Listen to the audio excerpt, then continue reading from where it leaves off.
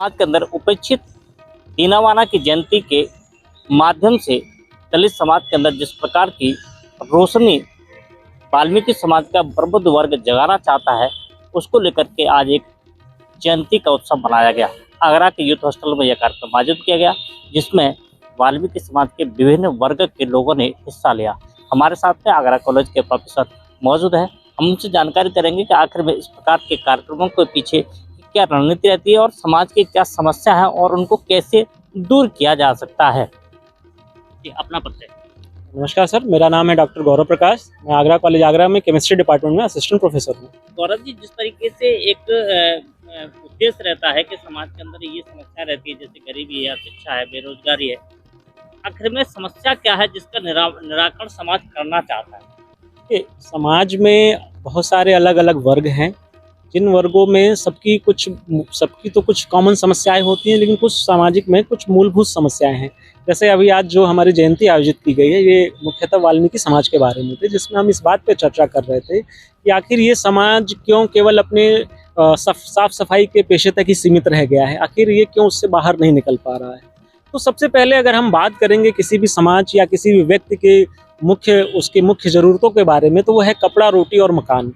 व्यक्ति को सबसे पहले खाने के लिए भोजन चाहिए, उसको रहने के लिए घर की ज़रूरत है और पहनने के लिए कपड़े की ज़रूरत है। तो हमारे समाज, भारतीय समाज एक बहुत विविध समाज है। इसमें वाल्मीकि समाज एक ऐसा समाज है जहाँ पर अशिक्षा और पिछड़ापन की व्यवस्था बहुत अंदर तक धसी हुई है। यहाँ पर लोग शिक्षित न होने के नाते अपने उस पेशे में फंसे हुए हैं और वहाँ से आगे नहीं बढ़ पा रहे हैं। और जहाँ तक और भी लोगों का सवाल है कि हम इस गोष्ठी के थ्रू ये संदेश देना चाहते हैं कि कैसे हम उनको इस पेशे से बाहर निकालें और उनकी क्या मदद की जाए। गौरव जी, जिस तरीके से आप एक बुद्धिजीवी वर्ग हैं, प्रोफेसर हैं, आपको क्या लगता है कि इस वर्ग की क्या समस्या है? देखिए, मुख्यतः सब वर्गों की तो अलग अलग समस्या है, लेकिन सबसे मुख्य समस्या है हमारी भूख। जब हमारे पेट में अन्न होगा, तब हम कुछ सोचेंगे, तब हम कुछ समझेंगे, तब हम अपने को छोड़ के दूसरे के बारे में सोचेंगे। तो जब तक हमारे पास अपने खाने या अपने रोजगार का साधन नहीं होगा, तब तक हम दूसरों के बारे में नहीं सोच सकते हैं। तो अभी तक ये वर्ग केवल इसी रोजगार, इसी साफ सफाई के पेशे से ही अपने आप को रोजगार पाता हुआ देखता है। लेकिन अब ये समाज उससे बहुत आगे निकल रहा है धीरे धीरे, लेकिन थोड़ी अशिक्षा होने के नाते ये समाज अभी भी बाकी जगहों पे आगे नहीं जा पा रहा है, जहां हम लोग ये चाह रहे हैं कि वो इस सफाई को छोड़ करके बिजनेस में आए, पढ़ाई लिखाई में बहुत आगे जाए, जिससे अपनी चीज़ों को दूर करे और अपने आसपास का माहौल इतना पॉजिटिव बनाए कि वो इस पेशे से बहुत ही दूर हो जाए। गौरव जी, जिस तरीके से आपका मानना ये है कि संपन्नता से शिक्षा आएगी या शिक्षा से संपन्नता आएगी?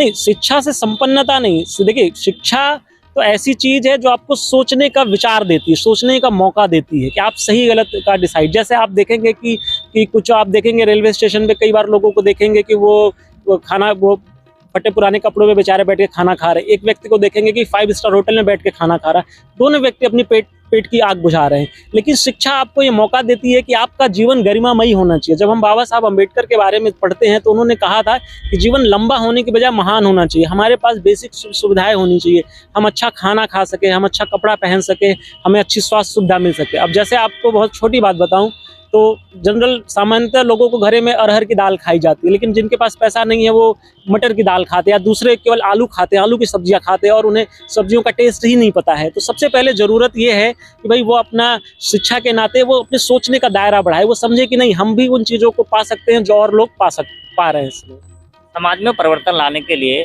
जिस तरीके की व्यवस्था है, समाज में जिस प्रकार के कार्यक्रम आयोजित किए जा रहे हैं, उन कार्यक्रमों से क्या समाज में परिवर्तन पैदा हो सकता है?